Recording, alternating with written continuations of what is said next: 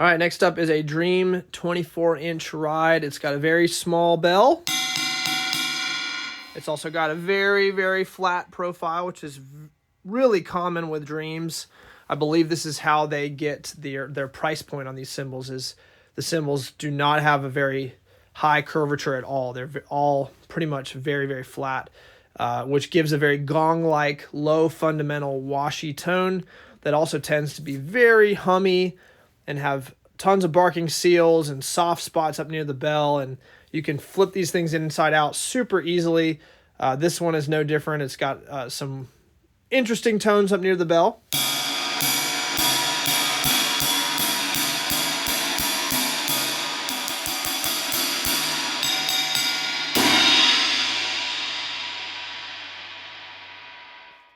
It's also a little bit clunky. It doesn't really have much of a taper. And so what I'm going to do in this one, this is actually going to be one of the most involved mods because I'm going to hammer to raise the profile quite a bit. The customer wants this cymbal in line with my Landmark series, which those have very tall profiles and are also very thin. So first step on this is going to be raise the profile. It'll be a lot of top hammering, a lot of bottom hammering, going back and forth, back and forth. And then once I have the height I want, I'm going to do a little bit of weight removal, mostly concentrating on thinning out the edge so that it opens up at a lower volume. But this one will be fun and very time consuming.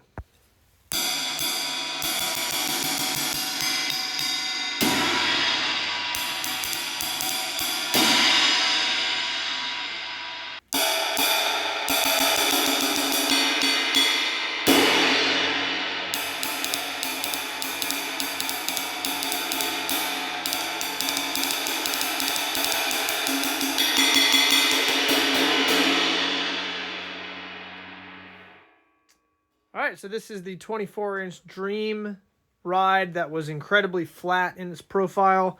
It took a ton of top and bottom hammering to get this thing up into a taller shape. So as you can see, much less flat. Now, shape-wise, the way to oversimplify it is that the lower the shape of a cymbal, the lower the fundamental pitch is going to be. And as you raise the shape into more of an umbrella profile, you get a higher pitch, but then you can compensate by removing weight, which drops the pitch back down. So this is how you can take a very thin cymbal that naturally would have a very low fundamental pitch, and possibly if it was a flat profile, be really muddy and washy. And if you just raise that profile, you raise that pitch, and you also give a nice clear stick definition to a cymbal that otherwise has a low fundamental.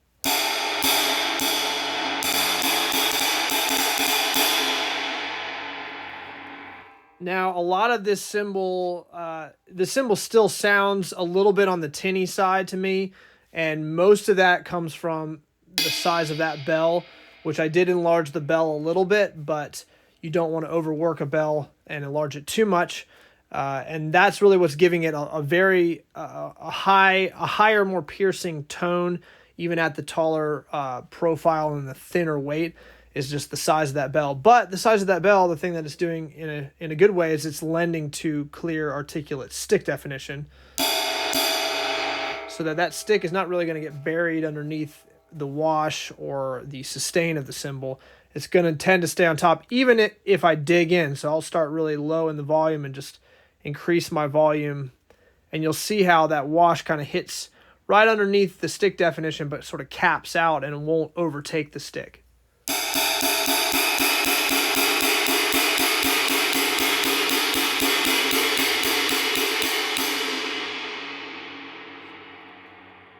So that's really nice for having a cymbal that will remain controlled even when you're playing heavier, louder music. So this one is definitely could be taller, but at a certain point you want to not overwork the metal. This thing took a lot of hammering to get to this shape here. It could be taller, and if I was to go even taller, we would start to get a little bit more into that ka range, where you get a little bit more dragon's breath, trashy type sounds. But this is a nice in-between. Got the shape up, got the taper in at the edge. Sounded much better than it did before.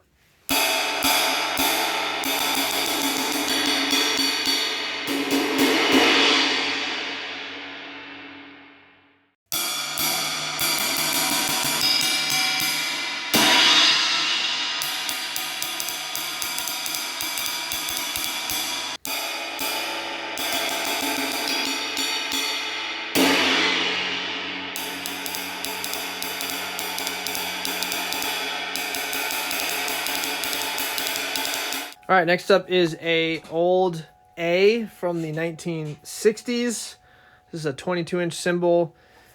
Old A's have pretty large and tall bells, which gives them a very specific tonal characteristic. They have higher frequencies, they're louder, they're more chime-like and ringy, and so getting these things into a very subtle, nuanced place is difficult.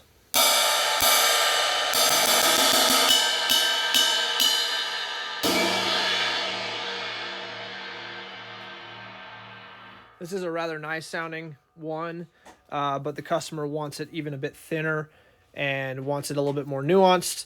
The profile on it is medium tall. It's got a nice strong curvature that actually really only starts diving as it gets to the edge. So from here to about here, it's relatively flat, and then it dives off at the edge. That gives it a nice shoulder to crash on.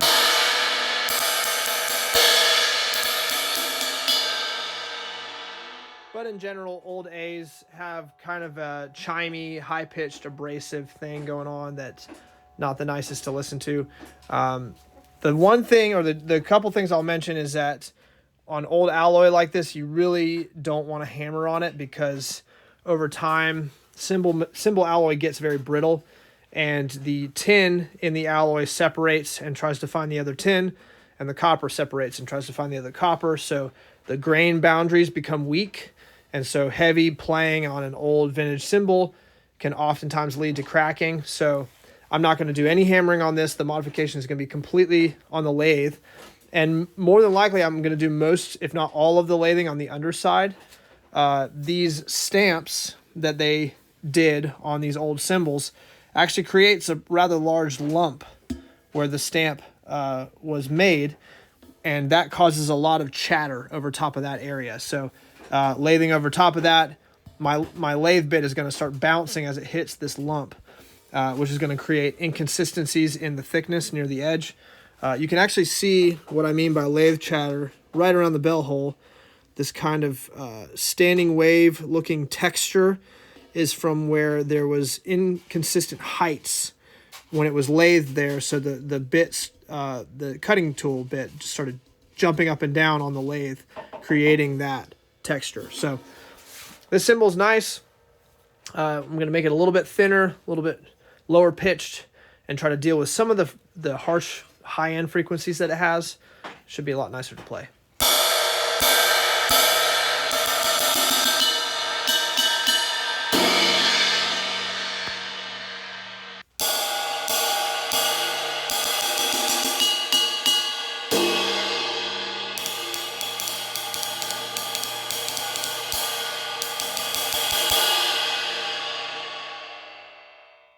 I like to call this a ghost modification, where you can't see any changes up top, but obviously it sounds way different.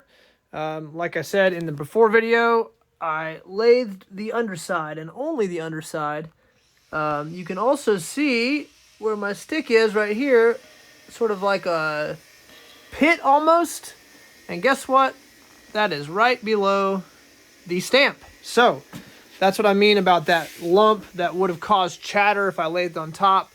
There's a pretty visible looking pit you can see right there where they did that stamp. And I don't know the method that they did these back in the day, but for whatever reason, every old A I've gotten for a modification has quite a big bump there. Now, overall, the mod went really well. I took off more weight than I was originally anticipating taking off, mainly because with the big bell, you get the increased volume, you get the increased sustain and high end, and I was really trying to drop that pitch down lower. And I found as I took more weight off, I was still, because I was doing it all from the underside, and I was leaving the top untouched, there's this really nice patina, 50-plus-year-old patina on top that's helping keep some dryness and articulation in the stick. And so as I went lower on the weight, I found that like the stick definition was still sitting above the wash, and I was able to get away with taking away more weight so that I could get this thing sounding much more warm, mellow, and inviting to play.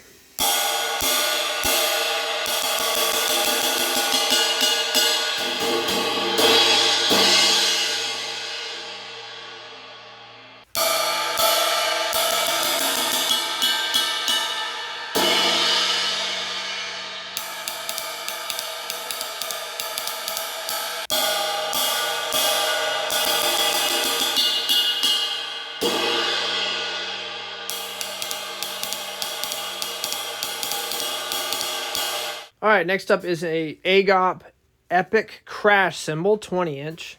This thing is very thin and only has a single pass on the top and a single pass on the bottom. You can still see the unlathed crust in between those lathe grooves. What this tells me is that this cymbal does not have any kind of taper on it. It's the same thickness from the bell all the way out to the edge, and it's billed as a crash cymbal. So that's atypical. Usually crashes are going to have a significant taper out at the edge just to get them to open up really quickly. This cymbal is thin enough, it's very bendable. It's thin enough that it will have a crash, it will open up. But the customer told me that they felt like it was too stiff, which I understand where they're coming from, even though that's not what's going on with this cymbal.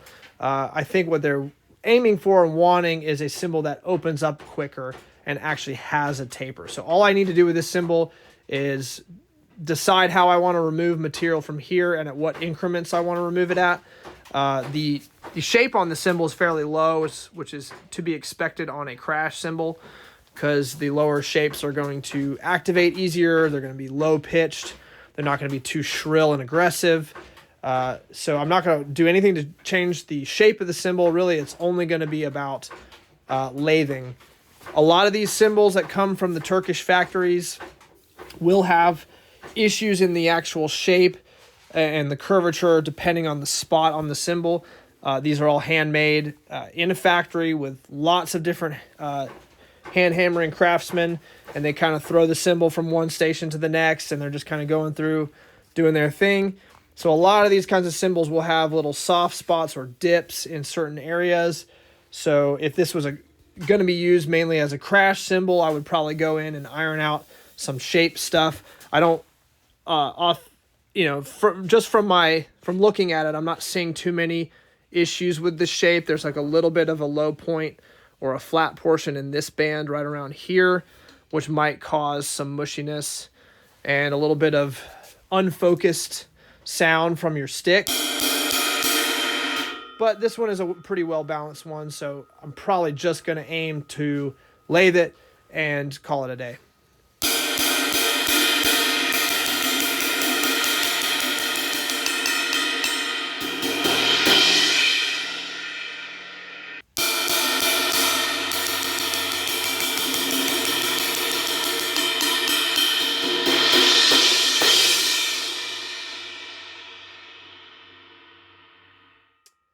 So this is the AGOP Epic 20-inch crash ride. I ended up doing more to it than I anticipated, mainly because once I got in and checked out the shape, there was some inconsistencies and some soft spots and a little bit of an unbalanced thing going on. And so I did some hammering to correct that. A lot of it was hammering from the underside to get little areas that were dipping.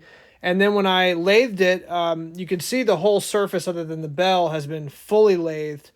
And this is just a scratch surface pass of lathing. I didn't really go deep. I didn't use a lot of pressure.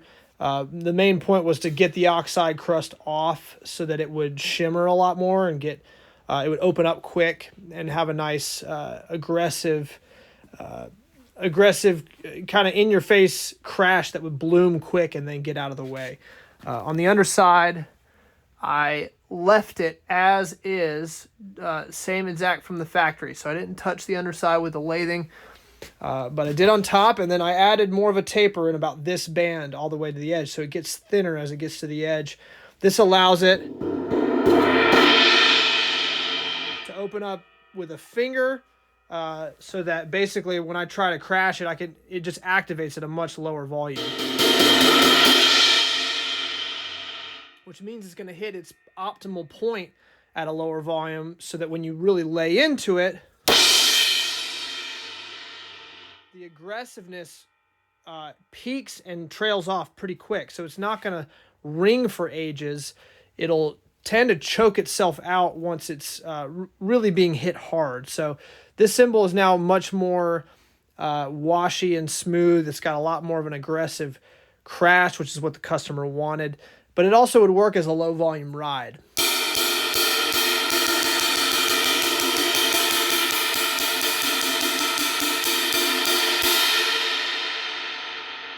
The hammering I did balanced out the tension, so there's no weird spots that are humming.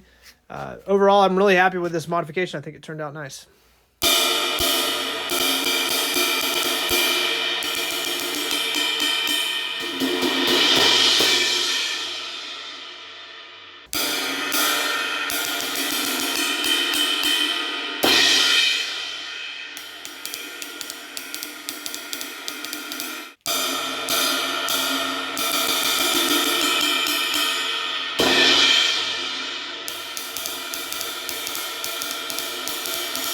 Next up, we have another AGOP cymbal.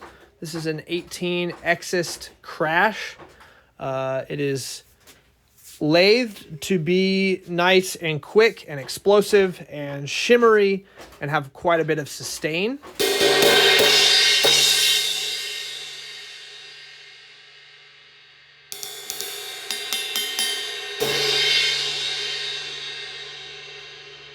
Very, very straight ahead crash cymbal. It's got a low profile, which is what you would expect. It's actually maybe even a little bit taller than some crashes that you come across, some of the more traditional crashes. But it's a nice sounding crash. It has a few little weird things going on in the tension, but for the most part, the customer just wants this cymbal to be complexified, if you will. So it's very smooth on the lathing. The lathing grooves are very close together. They're very shallow.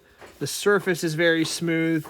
And so one way to add complexity, a little dirt, a little grit to a cymbal like this is going to be to break up the uniformity of that lathing groove and give it some topography and some potholes, so to speak, so that the sound waves as they travel up and down the cymbal kind of get diverted and moved around.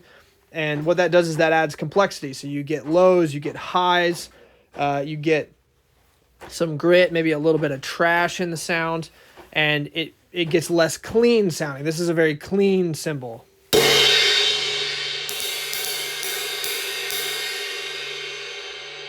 Very shimmery, very clean. So I'm going to rough this thing up, give it a little bit more grit so that it's more interesting to listen to and has a little bit more depth to the sound.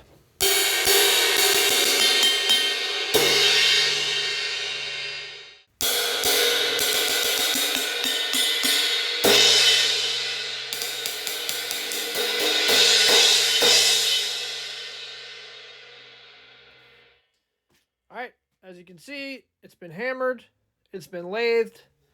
It sounds a little bit more complex. It sounds a little bit less smooth. And the hammering really just allows the cymbal to trail off quicker. And so you get a little bit less of that high-end, shimmery, shingy kind of thing. I guess I sort of think of like pulling a sword out of a sheath, and the sound that would make is sometimes kind of the high-end frequencies can have that sort of vibe.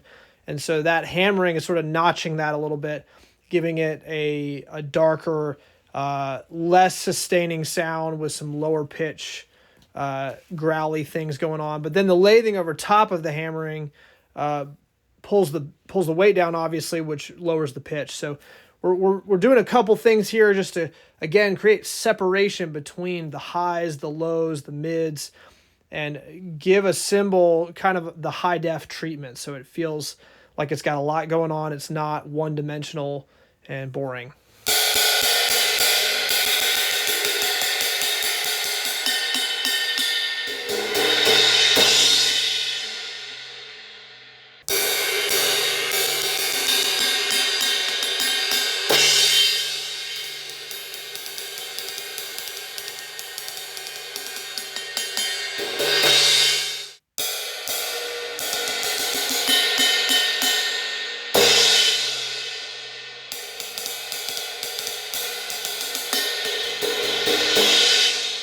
Next up, we have a Old A Brilliant Finish Crash Cymbal. You got that big old stamp. This is probably from the late 60s or the 70s. Brilliant finish. It's got a very large bell for an 18-inch, which is, again, like the last Old A, just going to add volume and add really high frequency pitches to this sound. This is going to be very cutting, very bright. To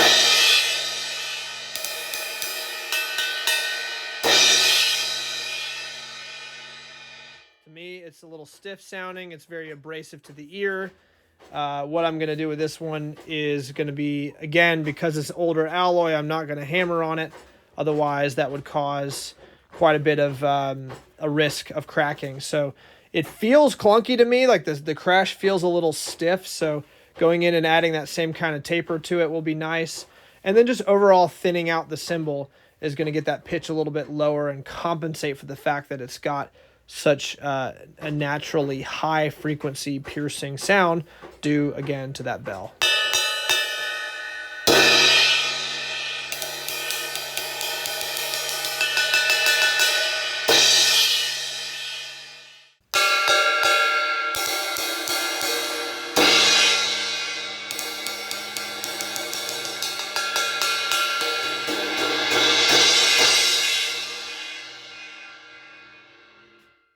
All right, here's that Old A Crash. I lathed it top and bottom. Just got the weight way down, significant taper at the edge, just to drop that pitch pretty low considering we have the large bell. This is still a cymbal that I would say has a little bit of that shingy, high-end, tinny thing that I don't love, but that's mainly just the bell size is really going to be what gets you there. Once you get the bells thinned out to this extent, they have a little bit of a hollow sound. They sound like they have room and body within them, which can be nice for a crash cymbal. If this was a ride cymbal, that might not be enough to cut through, depending on what else was going on with the cymbal. But I like where this is at.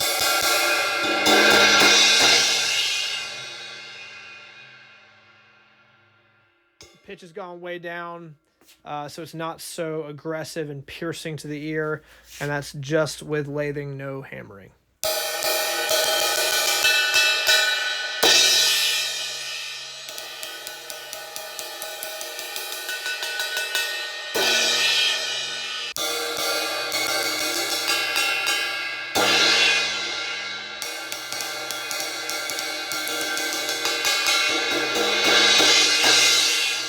All right, next up we have a K-Custom high definition ride. This is a 22-inch ride. It is over 3,200 grams, so very heavy. It's unlathed except for a single pass on the top and on the bottom, and it's chunky. It's loud, it's dry, it's kind of like playing a manhole cover.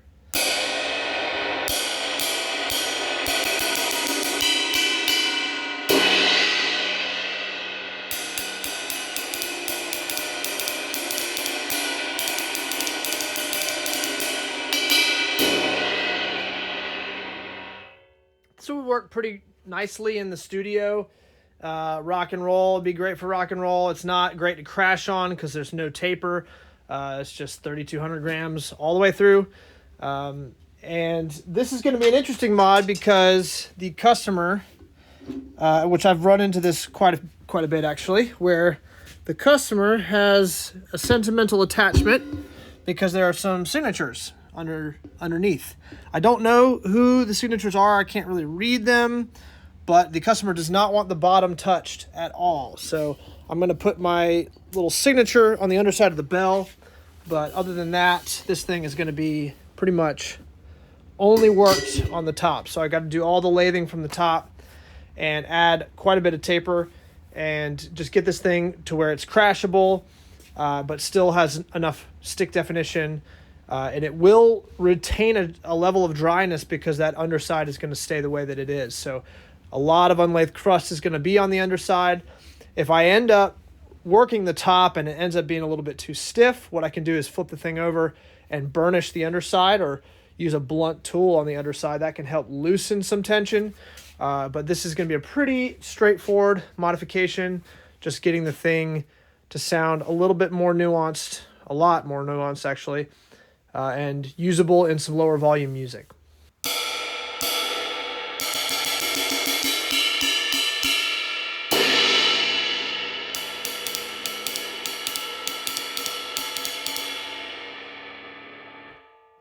All right, there it is. I removed about 500 or 600 grams from the top side only. So this cymbal is 22 inches. It started out at 3,200 grams, and it is now 2,640 grams. So for a 22, I would still consider this medium, maybe medium light, but I would consider this a medium ride for the kind of cymbals that I make. And it actually has a pretty nice mellow sound, given that it is 2,600 grams out of 22. Most of my original 22s, probably the heaviest 22 I've ever made is 2,500 something grams, which is medium light to light for a lot of major manufacturers. But like I said in the before video, I did not touch the underside because of the signatures. It was all burnish work and lathing on the top. The customer asked me to add 3 holes for rivets. In this video, I'm just demoing it without the rivets. It's got a nice amount of dryness still, even though all of that unlathed crust on the top has been opened up. I did quite a bit of a taper, starting about halfway up the bow all the way to the edge. It really thins out at the edge so that you, at a very low volume, you can activate that crash.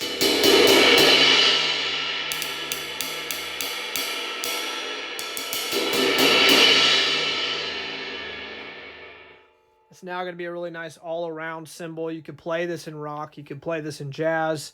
You could play it in low-volume trio stuff where you're playing at this volume. It'd be nice and clear and tight and dry, but you could also dig in, and that wash is not going to overtake the stick.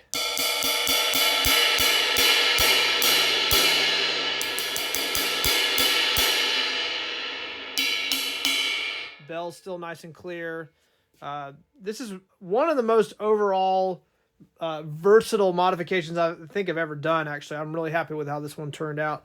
I did some burnish work. You can kind of see the this like hazy look that it has. What I did with that was actually used a wooden dowel that I have over here. And that wooden dowel burnishing across the top, it's actually leaving a film of the wood kind of buried in the grooves, which helps kind of dry it up a little bit. So if you have a cymbal that's really washy, you can just burnish it with some wood. The wood creates almost a film, acts a little bit like a patina sitting on the surface of the cymbal, which I find to be pretty cool. So overall, really happy with this thing.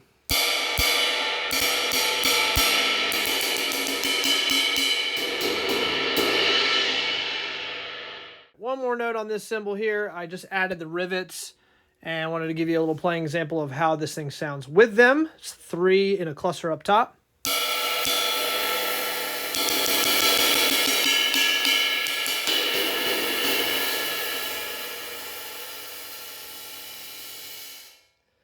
Wanted to make a quick note on rivets. These are steel rivets, split rivets. So you basically put them through the hole, and then you just take the little tails and bend them out so they can't fall out of the hole. My favorite kind of rivet is that. They're super easy. You can use pliers to squeeze them closed to pull them out. I do not like the ones where you have to use the punch to widen the hole because they're just very hard to remove. So these are great. Split rivets are great. They make brass plated ones that are bigger. They get a more rattly sound. These small steel ones have a nice mellow, subtle sound. And my method, my mantra with rivets is I want the rivets to sit in the wash. I do not want the rivets, the high end of the rivets, to be competing with the stick definition. And when you have a cymbal that's really, really thin and the stick definition is already pretty mellow and muted, and then you add rivets, that high frequency of the rivet is going to sort of compete with the high frequency of the stick. just to me, I like there to be clear separation with the cymbals that I make. And this is a perfect candidate for rivets because it's a bit heavier. Like I said before, it's like 2640 grams. So it's got enough weight so that the stick definition is going to be really clear, sit way out on top. And then the rivets can come in and add like a nice addition to that wash where it's not really going to muddy anything. There's clear separation between all the frequencies. So it's really just going to blend and add to that high fidelity, high definition effect that we're going for with these kinds of mods.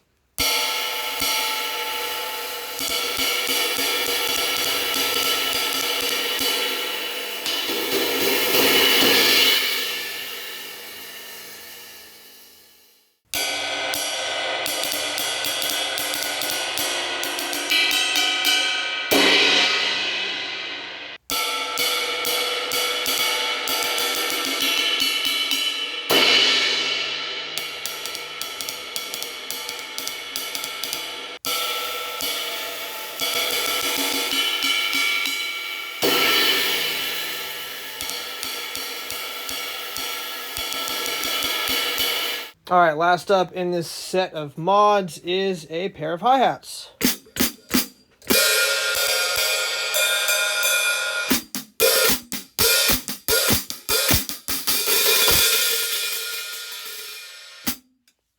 So my take on hi-hats is that most modern manufacturers make the bottom hi-hat way too heavy for the uses of most modern drummers. I get that they want this bottom hi-hat to be very chime-like and heavy so that it cuts, but hi-hats cut because of the size, and you don't need a cymbal on the bottom that sounds like this.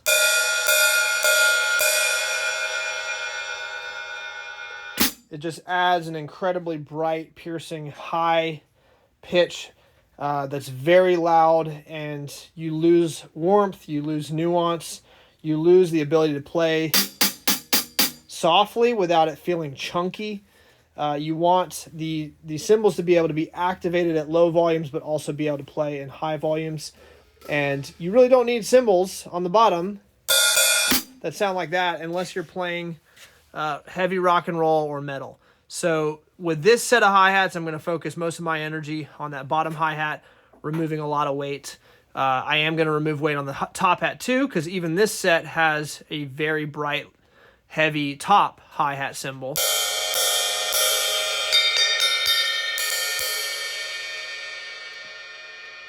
Now, the thing to keep in mind when you're talking about hi-hats and thinning hi-hats out and how thin is too thin, you just need to know that as you thin out these hi-hats, you're dialing down the foot sound and the chick and the articulation and the cut. So that really clear, present chick sound with the foot is going to get dialed down the thinner we go with both of these hi-hats. And at a certain point, you get a hollow sound, which you can get away with very, very quiet music.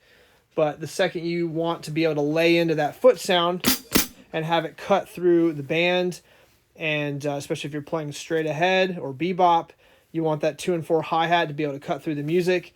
If your hi-hats are too thin, they're going to sound thumpy and hollow, and that sound is not going to carry through. So there's a balance point to all of this, but with a cymbal set like this, I'm definitely going to be just focusing on removing weight from that bottom hat. I also probably am going to hammer this to break up a little bit of the smoothness and the uniformity that it has in the lathing. I really want these things to have a little bit more complexity and maybe dry up a touch of that shimmer so that it's not so high-pitched, in your face, and abrasive.